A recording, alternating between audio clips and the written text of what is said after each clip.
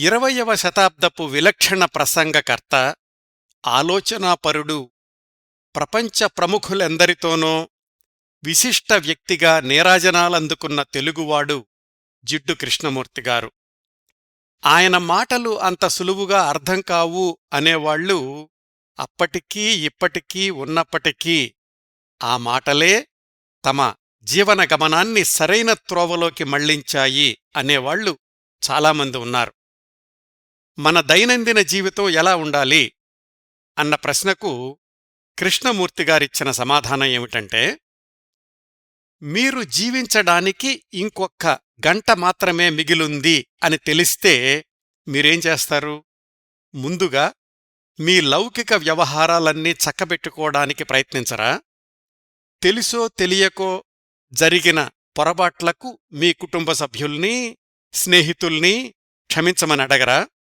అలాగే వాళ్లని మీరు మనస్ఫూర్తిగా క్షమించరా?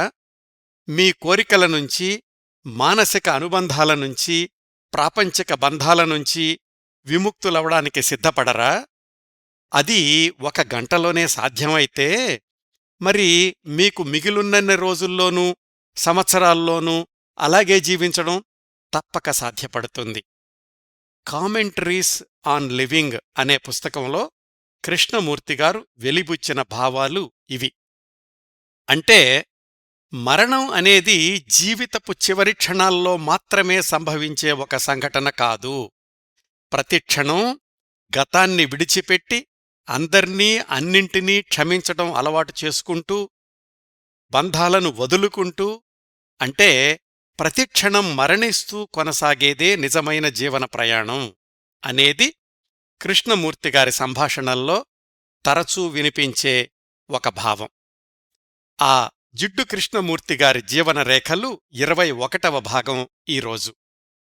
గత 20 భాగాల్లో జన్మించిన 1895 నుంచి 65 సంవత్సరాల వయసొచ్చే 1960 దాకా ఆయన జీవితంలో జరిగిన అనేక సంఘటనల గురించి తెలుసుకున్నాం. మన కథనం జరుగుతున్న ప్రస్తుత సమయానికి ఆయన ప్రయాణాలు అమెరికా, యూరోప్, ఇండియాల మధ్య కొనసాగుతున్నాయి. దాదాపు 4.5 సంవత్సరాల తర్వాత మళ్ళా అమెరికా వచ్చారు 1960 మే నెలలో. ఇక్కడ క్రిందటి భాగాన్ని ఆపాం. ఇక్కడ్నుంచి మిగతా విశేషాలు ఈ 21వ భాగంలో కొనసాగిద్దాం. మరొక వారం రోజుల్లో 65 సంవత్సరాలు నిండుతాయి. అంతకుముందు సంవత్సరమంతా కాశ్మీర్లో ఉన్నప్పుడు, ఇటలీలో ఉన్నప్పుడు కూడా తీవ్రమైన అస్వస్థతకు గురై చికిత్స తీసుకున్నారు. అయినా ఆరోగ్యం పూర్తిగా కుదుటపడలేదు. లండన్ నుంచి విమానంలో న్యూయార్క్లో దిగారు. అక్కడ ఒక మిత్రుడి ఇంట్లో 2 రోజులు విశ్రాంతి తీసుకున్నారు. అప్పటికి 10 సంవత్సరాల నుంచే రాజగోపాల్, రోజ్లిండ్ దంపతులతో మనస్పర్ధలు వచ్చాయి. కృష్ణమూర్తి రైటింగ్ ఇంక్ KWINC సంస్థ తరఫున ఉన్న ఆస్తులు, నగదు వ్యవహారాలు అన్నింటినీ రాజగోపాల్ అధీనంలోని ట్రస్ట్కి ఇచ్చేయడమే కాకుండా ఆ KW ఇంక్ ట్రస్టు నుంచి తను కూడా రాజీనామా చేసేశారు కృష్ణాజీ. తన రచనల మీద సర్వహక్కుల్ని రాజగోపాల్కి రాసిచ్చేశారు. వీటి గురించి గత భాగాల్లోనే తెలుసుకున్నాం. ఇలా అన్నీ రాజగోపాల్ చేతుల్లో పెట్టేశారు కదా, అసలు ఎంత నగదు వస్తోందో, ఎంత ఖర్చవుతోందో, ఎంత విలువగల ఆస్తులున్నాయో మీకు తెలుసా? ఈ విరాళాలన్నీ మీమీద అభిమానంతో ప్రజలు ఇచ్చినవి. అవి సద్వినియోగం అవుతున్నాయా లేదా అని తెలుసుకోవాల్సిన బాధ్యత కూడా మీమీద ఉంది అని పదే పదే నచ్చజెప్పాడు ఆ అమెరికన్ మిత్రుడు. 1960 మే 14న 4.5 తర్వాత ఓహైలోని తన ఎస్టేట్లో తన ఇంట్లోకి అడుగుపెట్టారు కృష్ణాజీ. రాజగోపాల్, రోజ్లిండ్ దంపతులు కూడా అదే ఎస్టేట్లో పక్క ఇంట్లో ఉంటున్నారు దశాబ్దాలుగా. కృష్ణమూర్తిగారికి న్యూయార్క్ మిత్రుడు ఇచ్చిన సలహా గుర్తుంది. రాజగోపాల్ని పిలిచి ట్రస్ట్ జమా ఖర్చులు వివరాలు చెప్పమని అడిగారు. రాజగోపాల్కి ఇది పెద్ద షాక్. 35 సంవత్సరాలుగా కేడబ్ల్యూ ఇంక్ అంటే రాజగోపాల్, రాజగోపాల్ అంటే కేడబ్ల్యూ ఇంక్ అన్నట్లుగా వ్యవహారాలు కొనసాగుతున్నాయి. కృష్ణమూర్తిగారికి ఎప్పుడు ఎంత నగదు కావాలంటే అంత సమకూరుస్తూ ఉన్నాడు. ఎప్పుడూ లేనిది జమా ఖర్చులు చెప్పమని ఇప్పుడు అడుగుతున్నాడేమిటి అని ఆశ్చర్యపోయాడు రాజగోపాల్. పైగా క్రిందటేడాది తనే అంటే కృష్ణమూర్తిగారే రాజగోపాల్కి సర్వహక్కులు బదిలీ చేసేశాడు కదా. మీరిప్పుడు ట్రస్టీ కాదు, ఈ వివరాలన్నీ మీకు అనవసరం, మీకు చెప్పాల్సిన బాధ్యత కూడా నామీద లేదు అన్నాడు రాజగోపాల్. అదే నీ సమాధానం అయితే నన్ను మళ్లీ ట్రస్ట్లో సభ్యుడిగా చేర్చు అన్నారు కృష్ణమూర్తి.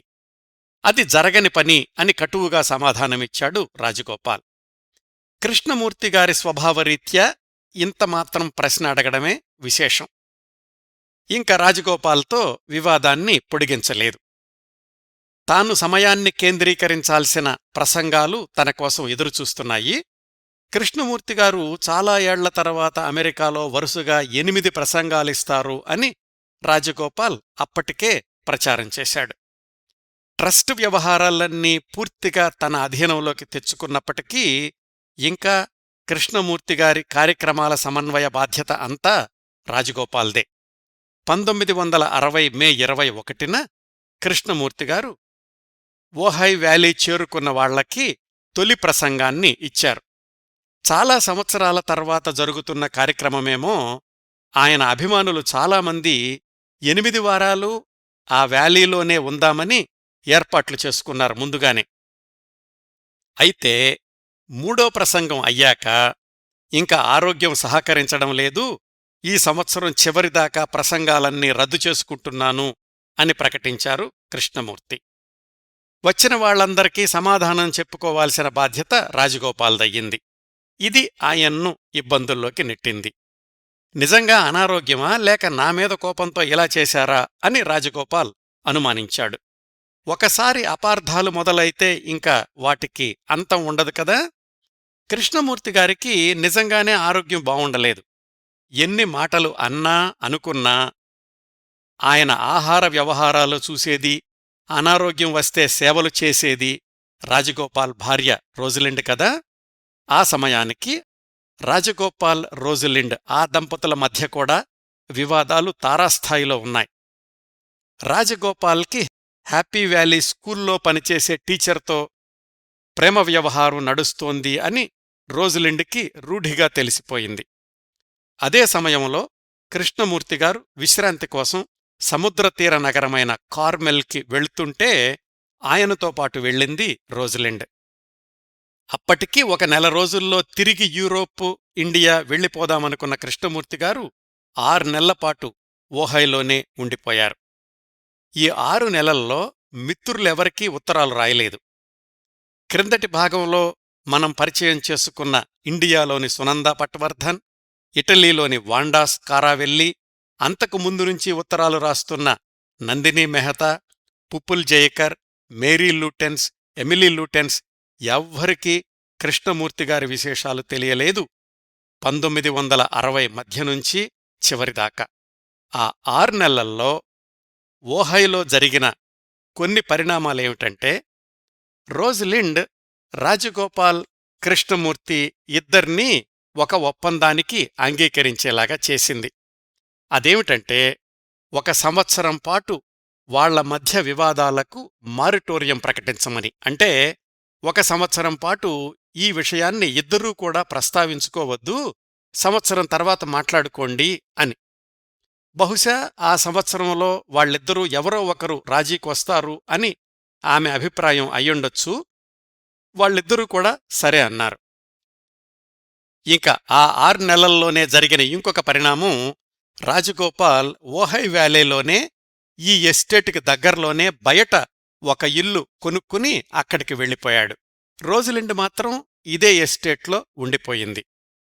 ఏమనుకున్నారో గాని కృష్ణమూర్తిగారు తన ఎస్టేట్లోని పెద్ద ఇల్లు ఆర్యవిహారాలు తనది, రోజిలిండ్ రాధలది కూడా అని, రోజిలిండ్ రాధ ఎంతకాలమైనా అక్కడ ఉండొచ్చని ఒక పత్రం రాసిచ్చారు.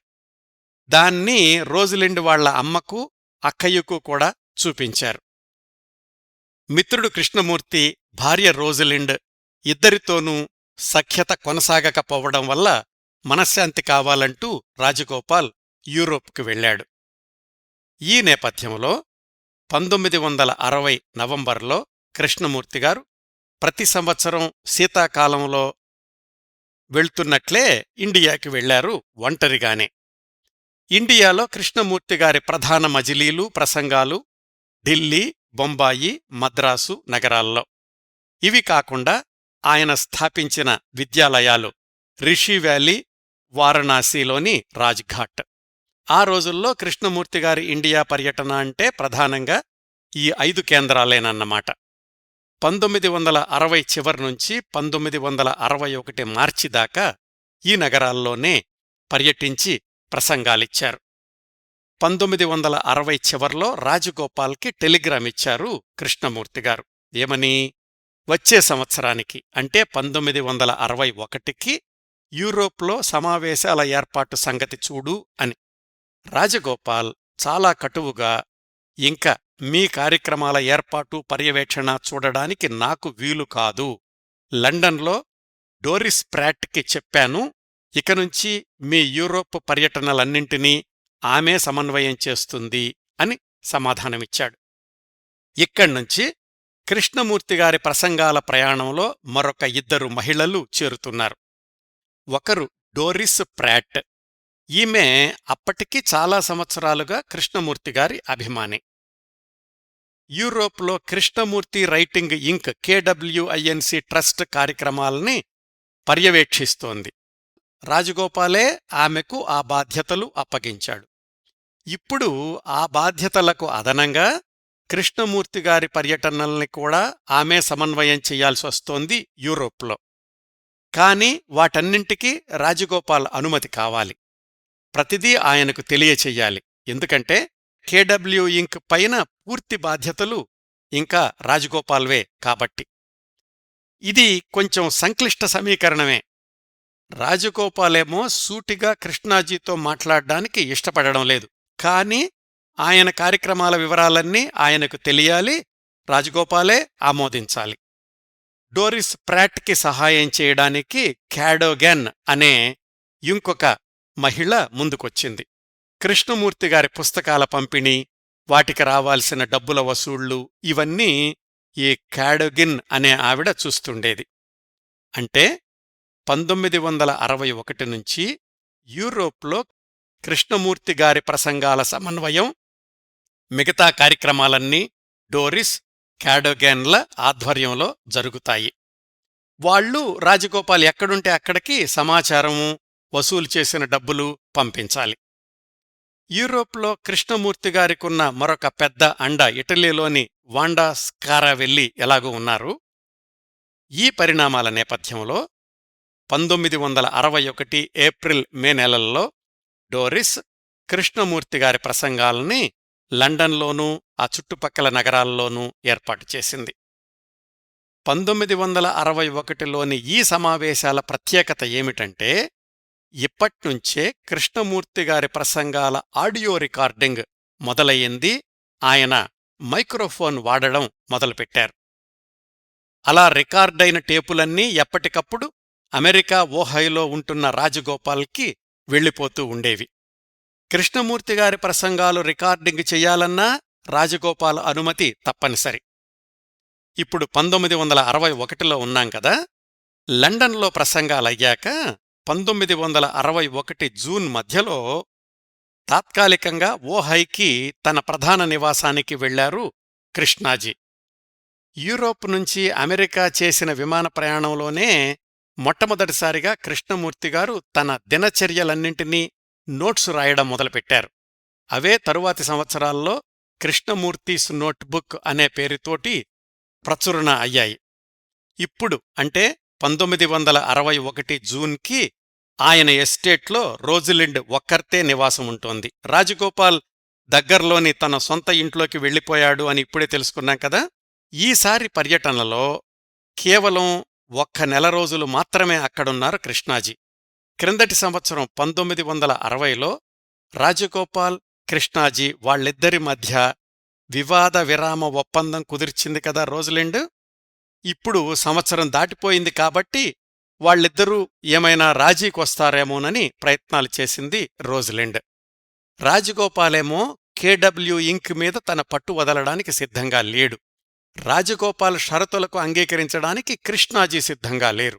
మొత్తానికి ఇద్దరి మధ్య ఏ రాజీ ప్రక్రియ జరక్కుండానే కృష్ణాజీ ఒక నెల రోజులు జరిగాక 1961 జులైలో యూరోప్కి వెళ్ళిపోయారు.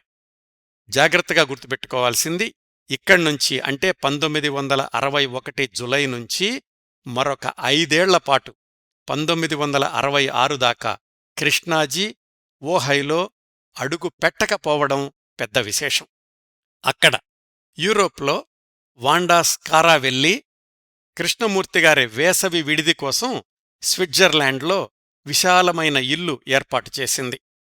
వాండాతో కలిసి స్విట్జర్లాండ్ వెళ్లారు కృష్ణాజీ. అక్కడ ప్రసంగాల ఏర్పాటు కోసం రాజగోపాల్ అనుమతి అడిగింది డోరిస్. అయిష్టంగానే ఒప్పుకున్నాడు అమెరికాలోనే ఉన్న రాజగోపాల్. ఈసారి స్విట్జర్లాండ్ ప్రసంగాలకు చాలామంది హాజరయ్యారు. వాళ్లల్లో కొంతమంది సలహా ఇచ్చారు, ఇకనుంచి ప్రతి సంవత్సరం వేసవిలో స్విట్జర్లాండ్లోనే వార్షిక సమావేశాలు జరిపితే బాగుంటుంది, యూరోప్లోని అభిమానులంతా హాజరవుతారు అని. ఆ ప్రతిపాదన రావడమే తరువాయి ఒక కమిటీ ఏర్పాటయ్యింది తరువాతి సంవత్సరం అంటే 1962 కార్యక్రమాల్ని నిర్వహించడానికి. అమెరికాలో ఉన్న రాజగోపాల్కి ఈ విషయం తెలిసింది. ఇలా వేరువేరు కమిటీలు ఏర్పాటు చేసుకుని కృష్ణమూర్తి తన పరిధుల్లో నుంచి పూర్తిగా బయటకెళ్ళిపోతున్నాడు అని రాజగోపాల్లో ఆందోళన మొదలయ్యింది. తరువాతి సంవత్సరం ఈ వార్షిక సమావేశం ఏర్పాట్లకు కొంత ముందస్తు డబ్బులు అవసరం, పంపించమని కృష్ణమూర్తిగారు రాజగోపాల్కి ఉత్తరం రాశారు. దానికి నేను అనుమతి ఇవ్వడం లేదు, డబ్బులు పంపించను అని సమాధానమిచ్చాడు రాజగోపాల్. యూరోప్లో వసూలైన విరాళాలు, తన ప్రయాణానికి అవుతున్న ఖర్చులు, ఈ వివరాలు రాజగోపాల్కి చెప్పొద్దు అని డోరిస్కి సూచనలిచ్చారు కృష్ణమూర్తిగారు. ట్రస్ట్ విరాళాల వివరాలు చెప్పమని స్విట్జర్లాండ్ నుంచి లెటర్ రాశారు కృష్ణమూర్తి. రాజగోపాల్ సమాధానమివ్వలేదు. ఈ విధంగా కృష్ణమూర్తి రాజగోపాల్ వాళ్ళిద్దరి మధ్య వివాదం రోజురోజుకీ ముదురుతోంది, పీటముడి బిగుస్తోంది. ఇలా గడిచిందండి 1961 సంవత్సరం. ఇంకా ఆ సంవత్సరంలోనే కృష్ణమూర్తిగారు అమెరికా నుంచి యూరోప్ వచ్చేశాక అక్కడ అమెరికాలో ఒక కీలకమైన పరిణామం సంభవించింది. అదేమిటంటే, కృష్ణమూర్తి రాజగోపాల్ మధ్యలో రోజ్లిండ్. వాళ్ళిద్దరి ప్రవర్తనతోనూ విసిగిపోయింది రోజ్లిండ్. ఇంకొక వైపు హ్యాపీ వ్యాలీ స్కూలు వ్యవహారాలు ఆమెకు ఊపిరి సలపనివ్వడం లేదు. అప్పుడే ఎస్టేట్ నుంచి బయటికెళ్లిపోయిన రాజగోపాల్ తన స్కూలు టీచర్తో సన్నిహితంగా ఉంటున్న సందర్భాలు రోజ్లిండ్ ప్రత్యక్షంగా చూసింది. ఇంకా తన వివాహ బంధానికి అర్థం లేదు అనుకుంది. రాజగోపాల్తో విడిపోవడానికి నిశ్చయించుకుంది. పరస్పర ఒప్పందంతో వాళ్ళిద్దరూ చట్టబద్ధంగా విడాకులు తీసుకున్నారు 1961 చివరి నెలల్లో. రాజగోపాల్ అప్పటికే ప్రేమ వ్యవహారంలో ఉన్న తనకంటే 25 చిన్నదైన అనాలిసాని రెండో పెళ్లి చేసుకున్నాడు. ఎలాగూ ఆయనకు సొంతిల్లుంది కదా, వాళ్ళిద్దరూ ఆ ఇంట్లోనే కాపురం పెట్టారు. రోజ్లిండ్ ఒక్కర్తే కృష్ణాజీ ఎస్టేట్లో జీవిస్తూ హ్యాపీ వ్యాలీ స్కూలు వ్యవహారాల బాధ్యతలు కొనసాగించింది. వాళ్ళమ్మాయి రాధకి అప్పటికే పెళ్ళై 2 పిల్లలు, ఆమె వేరే ఊళ్ళో ఉంటోంది. ఇదండి 1961 చివరికి మన కథనంలోని ప్రధాన పాత్రల పరిస్థితి. 1961 ముగిసి 1962 వచ్చింది. ఎప్పటిలానే శీతాకాలానికి ఇండియా చేరుకున్నారు కృష్ణాజీ యూరోప్ నుంచి. ఇక్కడ్నుంచి తర్వాత 3 సంవత్సరాలు అంటే 1962, 63, 64 ఈ సమయాల్లో కృష్ణమూర్తిగారి జీవన ప్రయాణంలోని సంఘటనల్ని టైమ్లైన్ ప్రకారం కాకుండా అంశాల వారీగా తెలుసుకుందాం. ఎందుకంటే ఎప్పట్లాగానే ఈ 3 ఏళ్లలో కూడా ఆయన అమెరికా బయట చాలా ప్రయాణాలు చేశారు, చాలామందిని కలుసుకున్నారు, చాలా ప్రసంగాలిచ్చారు. కొన్ని సంఘటనలు కొంత వ్యవధి తర్వాత మళ్లీ కొనసాగుతాయి. అందుకని అర్థం చేసుకోవడానికి, కథనంలో సరళత కోసం తేలిగ్గా ఉండేందుకుగాను అంశాల వారీగా చెప్తాను. మొదటి అంశం, ఈ 3 ఏళ్లలో కృష్ణమూర్తిగారి జీవన ప్రయాణంలోకి జతచేరిన 3 కీలకమైన వ్యక్తుల్ని పరిచయం చేసుకుందాం. వీళ్లల్లో మొదటి వ్యక్తి ప్రముఖ ఫిజిసిస్ట్, భౌతిక శాస్త్రవేత్త డేవిడ్ బామ్. కృష్ణమూర్తిగారికంటే 22 సంవత్సరాలు చిన్నవాడు. పుట్టుకతో అమెరికన్ పౌరుడే కాని కృష్ణమూర్తిగారిని కలుసుకునే 1961కి బ్రిటిష్ జాతీయుడు. ఈ 2 జాతీయతల మధ్య ఆయన జీవన ప్రయాణం చాలా ఆసక్తికరమైంది, సాహసభరితమైంది. 1917లో అమెరికాలోని పెన్సిల్వేనియాలో యూదు కుటుంబంలో పుట్టాడు డేవిడ్ బామ్. కాలిఫోర్నియాలోని ప్రతిష్టాత్మకమైన బర్క్లీ యూనివర్సిటీలో చదువుకున్నారు. తన 25 వయసులో రెండో ప్రపంచ యుద్ధ సమయంలో అణుబాంబు తయారీ ప్రాజెక్టులో ఆపెన్హైమర్ దగ్గర పనిచేయాల్సొచ్చింది. కాని అప్పటికే డేవిడ్ బామ్కి ఉన్న కమ్యూనిస్టుల సంబంధాల వల్ల మిలిటరీ క్లియరెన్స్ ఇవ్వలేదు. చిత్రమైన విశేషమేమిటంటే, బాంబ్ చేసిన పరిశోధనలు మిలిటరీకి ఉపయోగపడడంతో వాటిని క్లాసిఫైడ్ అంటే రహస్య పత్రాలుగా వర్గీకరించి ప్రభుత్వం స్వాధీనం చేసుకుంది. దీనివల్ల తన సొంత థీసిస్ పూర్తి చెయ్యడానికి ఇబ్బందులకు గురై చివరికి తన ఆచార్యుడు ఆపెన్హైమర్ సిఫార్సుతోటి 1943లో పిహెచ్డి తెచ్చుకున్నారు డేవిడ్ బామ్. రెండో ప్రపంచ యుద్ధం తర్వాత ప్రిన్స్టన్ యూనివర్సిటీలో ఐన్స్టీన్తో కలిసి పనిచేశారు. కాని 1949 నుంచి ప్రభుత్వం వైపు నుంచి వేధింపులు మొదలయ్యాయి. తోటి కమ్యూనిస్టుల సమాచారం చెప్పండి అని. ఈ వేధింపులు భరించలేక 1951లో అమెరికా వదిలి బ్రెజిల్ వెళ్లిపోయారు డేవిడ్ బామ్. బ్రెజిల్లో దిగగానే అమెరికన్ కాన్సులేట్ అధికారులు ఆయన పాస్పోర్ట్ లాగేసుకున్నారు. మళ్లీ మీరు అమెరికా వస్తేనే పాస్పోర్ట్ ఇస్తాం అన్నారు. మార్గాంతరం లేక బ్రెజిల్ పౌరసత్వం తీసుకున్నారు. 4 ఏళ్ల తర్వాత ఇజ్రాయిల్ వెళ్లి 1957కి బ్రిటన్ చేరుకున్నారు. లండన్లోని ఒక కాలేజీలో ప్రొఫెసర్గా స్థిరపడ్డారు. ఇదండి డేవిడ్ బామ్ నేపథ్యం మన కృష్ణమూర్తిగారిని కలుసుకునేంతవరకు. 1959లో తన యూనివర్సిటీ లైబ్రరీలో కృష్ణాజీ రాసిన the first and last freedom అనే పుస్తకం డేవిడ్ బామ్ భార్య కంటబడింది. ఆ పుస్తకంలోని the observer and the observed అనే వాక్యం చూసి ఇదేదో క్వాంటం సిద్ధాంతానికి సంబంధించిందయ్యుంటుంది అని భర్తకు చూపించింది డేవిడ్ బామ్ భార్య. ఆ పుస్తకం పూర్తిగా చదివేసరికి డేవిడ్ బామ్లో కొత్త ఆలోచనలు స్ఫురించాయి. తను అంతవరకు అధ్యయనం చేస్తున్న భౌతిక శాస్త్రానికి, మనోవిజ్ఞాన శాస్త్రానికి అంటే ఫిజిక్స్కి, సైకాలజీకి సంబంధం ఉండొచ్చు అనే భావనలు కలిగించింది ఆ పుస్తకం. దాని తర్వాత కామెంట్రీస్ ఆన్ లివింగ్ పుస్తకం కూడా చదివారు. ఇంత విలక్షణమైన భావాలు వ్యక్తపరచే ఈ జిడ్డు కృష్ణమూర్తి ఎవరు అని ఆరా తీశారు. లండన్లో కృష్ణమూర్తిగారి వ్యవహారాలు చూస్తున్న డోరిస్ ప్రాట్ అడ్రస్ దొరికింది. ఆమెను సంప్రదించి అదే రోజుల్లో లండన్లో ప్రసంగిస్తున్న కృష్ణమూర్తిగారి ఒక సమావేశానికి హాజరయ్యారు డేవిడ్ బామ్ తన భార్యతో కలిసి. కృష్ణమూర్తిగారి ప్రసంగంలోని గాఢత డేవిడ్కి కొత్త కోణాలు చూపించింది.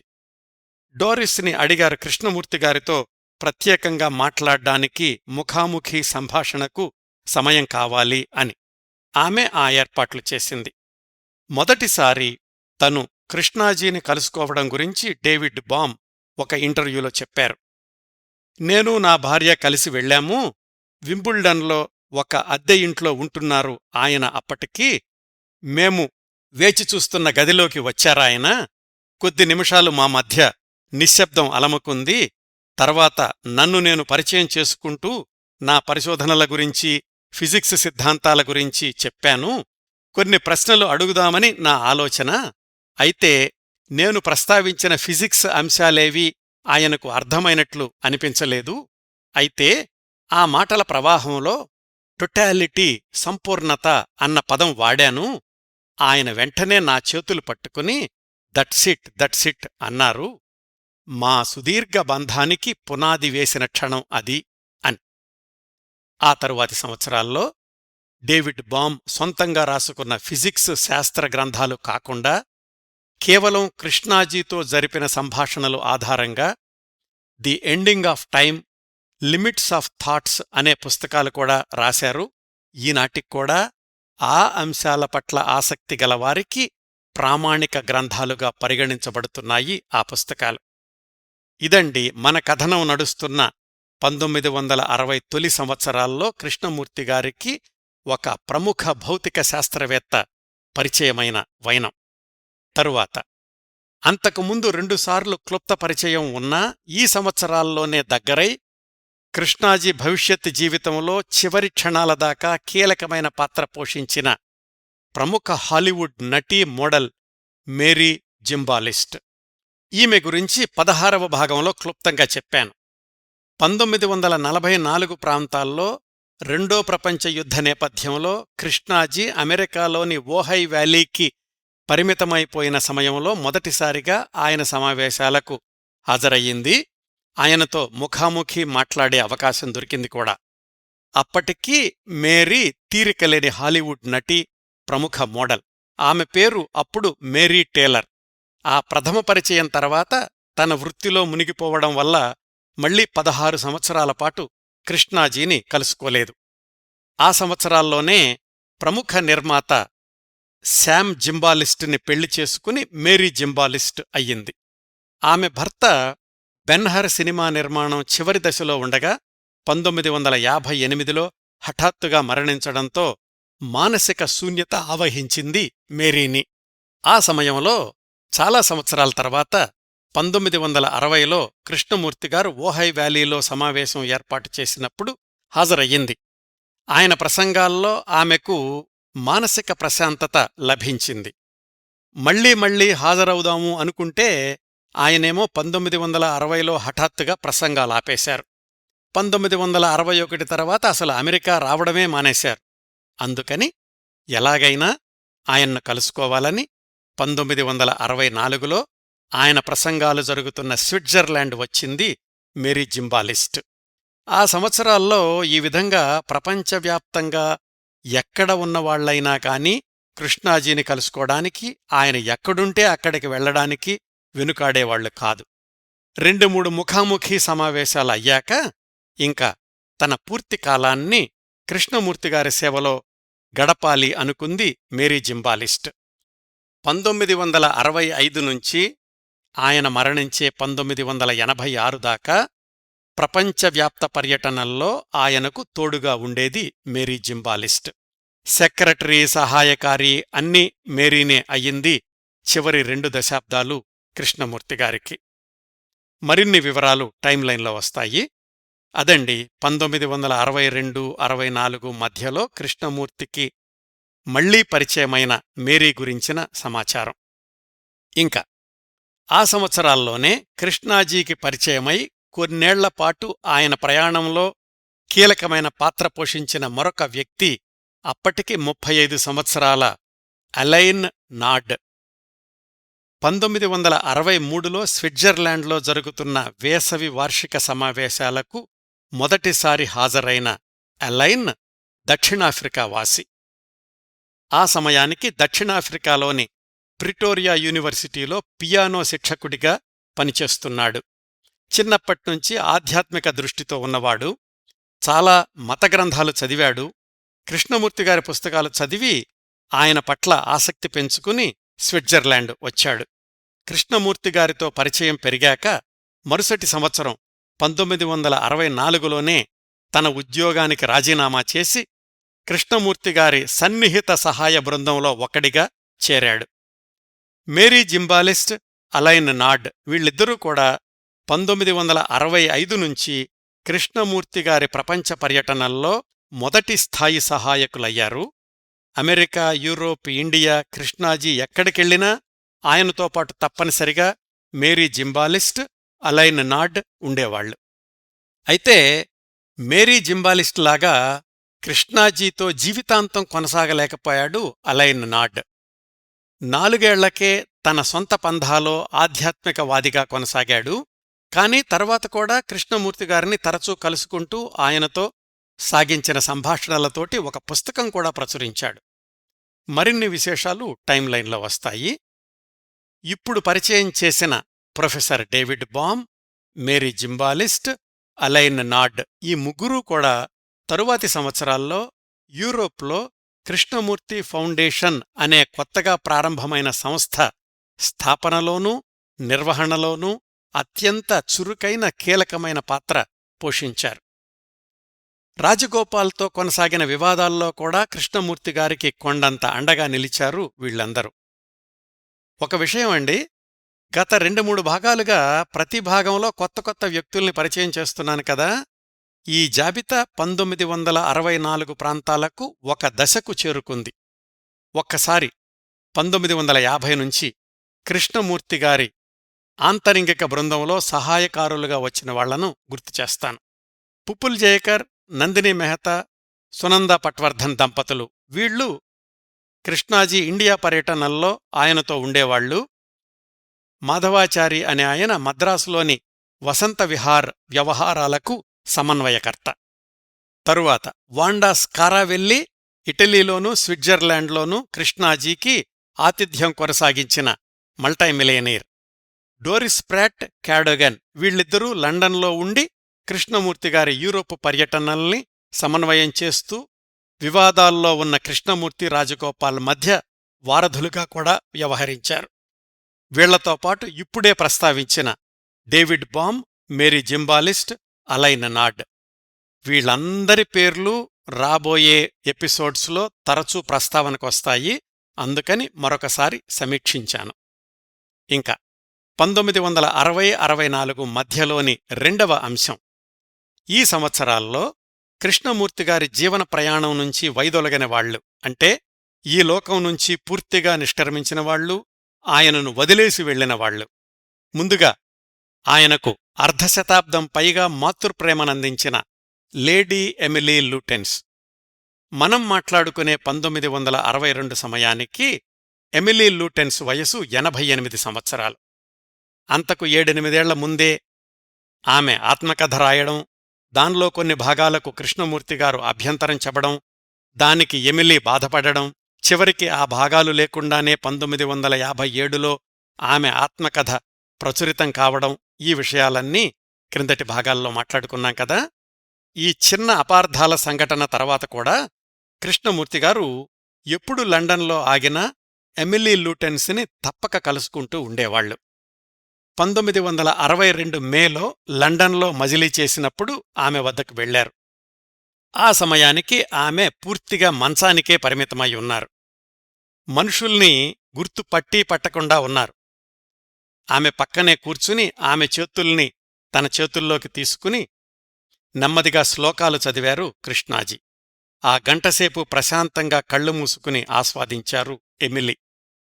మళ్లీ తరువాతి సంవత్సరం 1963 సెప్టెంబర్లో ఇంకొకసారి ఎమిలీని చూడ్డానికి వెళ్లారు. ఆ సమయానికి ఆమె జ్ఞాపకశక్తి పూర్తిగా దెబ్బతింది.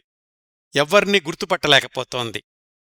కృష్ణాజీని చూడగానే ఆమె కళ్ళు కొత్త కాంతులతో మెరిశాయి, కానీ నిజంగా ఆయన్ను గుర్తుపట్టిందో లేదో తెలీదు. 2 గంటలపాటు నిశ్శబ్దంగా ఆమె పక్కనే కూర్చున్నారు కృష్ణాజీ.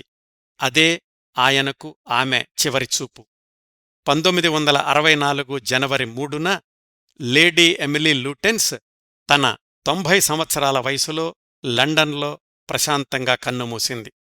ఆ సమయానికి కృష్ణమూర్తిగారు మద్రాసులో ఉన్నారు. ఎమిలీ కుమార్తె మేరీ లూటెన్స్ కృష్ణాజీకి ఈ విషయాన్ని కేబుల్ ద్వారా తెలియచేసింది. దానికి కృష్ణమూర్తిగారిచ్చిన సమాధానం: జీవితం చాలా విచిత్రమైన వ్యవహారం. అమ్మ చిరకాలం జీవించాలి అని అనుకోవడంలో అర్థం లేదు, కానీ లండన్ నగరం నాకింక మునుపటిలాగా ఉండదు. మాది సుదీర్ఘమైన స్నేహం, స్నేహం కంటే ఎక్కువైన అనుబంధం. దాదాపు 52 సంవత్సరాలు, అంటే సుమారు ఒక జీవితకాలమంతా. ఎన్ని అనుభవాలు, ఎన్ని సంఘటనలు. ఆమెను ఇంక చూడలేను అనే భావన కొత్తగా అనిపిస్తోంది. ఆమె నా మనసులో ఎప్పటికీ ప్రేమమూర్తిగానే నిలిచిపోతుంది అని. కృష్ణమూర్తిగారి జీవితంలో సుదీర్ఘకాలం మాతృప్రేమనందించిన తొలి మహిళ లేడీ ఎమిలీ లూటెన్స్. ఆ తరువాత ఆమె కుమార్తె మేరీ కూడా కృష్ణమూర్తిగారితో తన చిరకాల సాన్నిహిత్యాన్ని కొనసాగించారు. బహుశా మేరీ కృష్ణమూర్తిగారితో కొనసాగించిన స్నేహం ఆమె తల్లి కృష్ణమూర్తిగారికి మధ్యనున్న అనుబంధం కంటే సుదీర్ఘమైంది, సుమారు 70 సంవత్సరాలు పైగా. ఇంకా వివరాలు టైంలైన్లో వస్తాయి తరువాత. ఆ సంవత్సరాల్లోనే కృష్ణమూర్తిగారి స్నేహజీవితం నుంచి, ఈ లోకం నుంచి నిష్క్రమించిన మరొక ప్రముఖుడు ఆల్డస్ హక్స్లీ. కృష్ణమూర్తిగారికి మధ్యవయసులో పరిచయమైన 1940లలో రెండో ప్రపంచ యుద్ధ సంధి సమయంలో కృష్ణమూర్తిగారితో ఎక్కువ సమయం గడిపిన వ్యక్తి. హాలీవుడ్ సినిమాల్లో తీరిక లేకుండా స్క్రీన్ప్లే రైటర్గా పనిచేస్తున్నప్పటికీ కృష్ణమూర్తిగారితో సంభాషణ అంటే సర్వం మర్చిపోయేవాడు హక్స్లీ. ఆయన ప్రోద్బలం వల్లనే కృష్ణమూర్తిగారు కామెంట్రీస్ ఆన్ లివింగ్ అనే పుస్తకం రాశారు. కృష్ణమూర్తిగారు అమెరికాకి దూరంగా ఉన్న 1960లలో కూడా హక్స్లీ ఇండియా వెళ్లి మరీ కృష్ణమూర్తిగారిని కలుసుకున్నారు. మద్రాసులోని ఆయన వసంత విహార్లో ఆతిథ్యం కూడా స్వీకరించారు. తనకు నోటి క్యాన్సర్ అన్న విషయాన్ని అప్పుడే కృష్ణమూర్తిగారికి చెప్పారు. ఇంట్లో కూడా ఎవరికీ చెప్పలేదు. ఆ క్యాన్సర్ తీవ్రతరమై 1963 నవంబర్ 22న అధిక శాతం మత్తుమందు ఇంజెక్షన్ తీసుకుని తన మరణాన్ని తనే ఆహ్వానించాడు హక్స్లీ. ఆయన మరణానికి కొద్ది గంటల ముందే జాన్ ఎఫ్ కెన్నడీ హత్యకు గురికావడంతో ఆ వార్తల నేపథ్యంలో హక్స్లీ మరణం చాలా చిన్న వార్త అయ్యింది. కృష్ణమూర్తిగారి జీవిత చరిత్రలో తనదైన ప్రత్యేక అధ్యాయాన్ని మిగుల్చుకుని ఆయనకెంతో అభిమానపాత్రుడైన ఆధ్యాత్మిక మిత్రుడు ఆ విధంగా దూరమయ్యాడు 1963లో. ఇట్లా ఆ సంవత్సరాల్లో ఈ లోకం నుంచి నిష్క్రమించిన వాళ్లు వీళ్ళిద్దరూ అయితే, కృష్ణమూర్తిగారి నుంచి దూరంగా జరిగిన వాళ్ల గురించి తెలుసుకోవాలి. పుప్పుల్ జైకర్ రాశారు ఈ విషయాలన్నీ. 1962 నుంచి కృష్ణమూర్తిగారి వ్యవహార శైలిలో, ముఖ్యంగా రిషి వ్యాలీ, వారణాసి విద్యాలయాల విషయాల్లో అసహనం, విసుగు, చిరాకు ఎక్కువయ్యాయి. అంతకుముందు సంవత్సరాల ప్రశాంతత లోపించింది. ఆయనతో 10 ఏళ్లు పరిచయమున్న మా అందరికీ కూడా ఆయనలో ఒక కొత్త వ్యక్తి కనిపించాడు అని. దీనికి ఉదాహరణ 1963 చివర్లో వారణాసిలోని రాజ్ఘాట్ స్కూల్లో జరిగిన ఒక సంఘటన. క్రిందటి భాగాల్లో సునంద పట్వర్ధన్ గురించి తెలుసుకున్నాం. గుర్తుందనుకుంటాను. ఆమె భర్త పమా పట్వర్ధన్. తరువాతి సంవత్సరాల్లో కృష్ణమూర్తి ఫౌండేషన్ సెక్రటరీగా కూడా పనిచేశారు ఈ పమా పట్వర్ధన్. ఆయన అన్నయ్యలు రావుసాహెబ్ పట్వర్ధన్, అచ్యుత్ పట్వర్ధన్లు. వాళ్ళిద్దరూ కూడా కృష్ణాజీ అభిమానులు అవడం వల్లనే పమా పట్వర్ధన్ కృష్ణాజీకి దగ్గరై ఆ సమయంలో సునందను చూసి పెళ్లి చేసుకున్నారు. మన కథనం జరుగుతున్న 1963కి 13 సంవత్సరాల ముందే అచ్యుత్ పట్వర్ధన్ని వారణాసిలోని రాజ్ఘాట్ స్కూలు వ్యవహారాలు చూడమని పంపించారు కృష్ణాజీ. అప్పణ్నుంచి వారణాసిలోని ఆ స్కూలుకి ప్రిన్సిపాల్గా ఉంటున్నారు అచ్యుత్ పట్వర్ధన్. 1963 డిసెంబర్లో అక్కడికి వెళ్ళినప్పుడు స్కూలు వ్యవహారాలు, ముఖ్యంగా బోధించే విధానం, పుస్తకాలు ఇలాంటివి కృష్ణాజీకి అసంతృప్తిని కలిగించాయి. ఇన్నేళ్లుగా స్కూలు ప్రామాణికత, విద్యాబోధనలో నాణ్యత పెరగలేదు, ఎక్కడేసిన గొంగళి అక్కడే ఉన్నట్లుంది అన్నారు అచ్యుత్ పట్వర్ధన్తో. ఎప్పుడూ సౌమ్యంగా మాట్లాడే కృష్ణమూర్తిగారు ఇంత కటువుగా మాట్లాడుతున్నారేమిటి అనుకున్నారు అచ్యుత్ పట్వర్ధన్. వాళ్ళిద్దరి మధ్య సంభాషణల్లో వినోబా భావే స్కూలుకి రావడం గురించి, ఆయన చేస్తున్న భూదానోద్యమం గురించి ప్రశంసిస్తూ మాట్లాడారు అచ్యుత్. అది కృష్ణాజీకి తీవ్రమైన ఆగ్రహం తెప్పించింది. నేను చెప్తున్న విషయాలేమిటి, మీకు అర్థమైందేమిటి? ముందు మనిషిలో మార్పు రావాలి, దాని తర్వాతే ఎలాంటి సామాజిక ఉద్యమాలైనా అంటున్నాను కదా. అయినప్పటికీ మీరు వినోబా భావే ఉద్యమాలనే సమర్థిస్తున్నారు అంటే నా భావాలేమీ మీకు అర్థం కాలేదు, లేదా వాటిని నిర్లక్ష్యం చేస్తున్నారు. మీకు మరీ ఆసక్తుంటే వెళ్ళిపోయి ఆయనతోనే పనిచేయండి అంటూ అచ్యుత్ మీద విరుచుకుపడ్డారు కృష్ణాజీ. ఆశ్చర్యపోవడం ఆయన వంతయింది. ఎప్పుడో అనీబిసెంట్ చెప్పిన మాటలు గుర్తొచ్చాయి. ఎప్పుడైనా కృష్ణాజీ మాటలు అర్థం కానట్లు విలక్షణంగానూ అనిపిస్తే ఇంకొంచెం విశ్లేషించండి కాని ఆయన్ను వదిలి వెళ్లొద్దు అని. అయినా కాని కృష్ణమూర్తిగారి ఆగ్రహాన్ని పదే పదే చవిచూడాల్సి రావడంతో ఆ తర్వాత 2 ఏళ్లకు తన ప్రిన్సిపాల్ పదవికి రాజీనామా చేసేశారు అచ్యుత్ పట్వర్ధన్. బెంగుళూరు శివార్లలో ఎక్కడో స్థిరపడ్డారు. అంతవరకు కృష్ణమూర్తిగారి మీదనున్న అభిమానం పూర్తిగా అంతర్ధానమయ్యింది.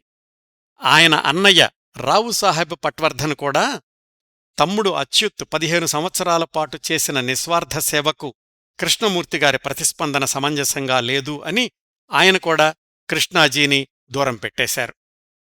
సునంద, పమా వాళ్ళిద్దరూ మాత్రం అప్పటికింకా కృష్ణాజీతోనే కొనసాగారు. కాని తరువాతి సంవత్సరాల్లో అడపాదడపా వాళ్లకి కృష్ణాజీతో సంఘర్షణలు తప్పలేదు.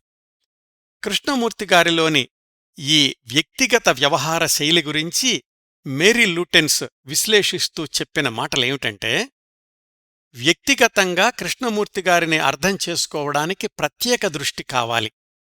ఆయన్నుంచి అభినందన, ప్రశంస ఇలాంటివి ఆశించడం అంటే ఆయన్ను సరిగా అర్థం చేసుకోనట్లు.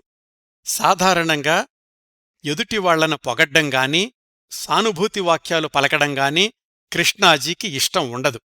కృష్ణాజీ ఈ వ్యవహారిక శైలి చాలాసార్లు అపార్థాలకు దారితీస్తుంది అని. ఇదండి 1960-64 సంవత్సరాల్లోని 2వ అంశం. ఇన్ని పరిణామాలు సంభవించిన ఆ సంవత్సరాల్లో కృష్ణమూర్తిగారి అనారోగ్యం కొనసాగింది. 2-3 సార్లు ఆయన పరిణామ ప్రక్రియకు లోనయ్యారు కూడా. ఒకవైపు అనారోగ్యం, ఇంకొకవైపు తీరికలేని ప్రయాణాలు. వీటన్నింటి మధ్య ఆ సంవత్సరాల్లోని 3వ అంశం కృష్ణమూర్తి, రాజగోపాల్ మధ్య వివాదాలు, ఆర్థిక వ్యవహారాలు. అవి ఏ మలుపు తీసుకున్నాయో చూద్దాం. కృష్ణమూర్తిగారు స్విట్జర్లాండ్లో వేసవి ఉపన్యాసాలు ఇస్తూ ఉండగా 1962లో రాజగోపాల్ అమెరికా నుంచి వచ్చి ఆయన కలుసుకున్నాడు. మరొకసారి రాజీ ఒప్పందాన్ని ఆయన ముందుంచాడు. అది కూడా తాను విధించిన షరతులతో. నన్ను మళ్లీ ట్రస్ట్లోకి చేర్చుకునేదాకా మన మధ్య ఒప్పందం కుదరదు అన్నారు కృష్ణాజీ. వెనక్కి వెళ్లిపోయాడు రాజగోపాల్.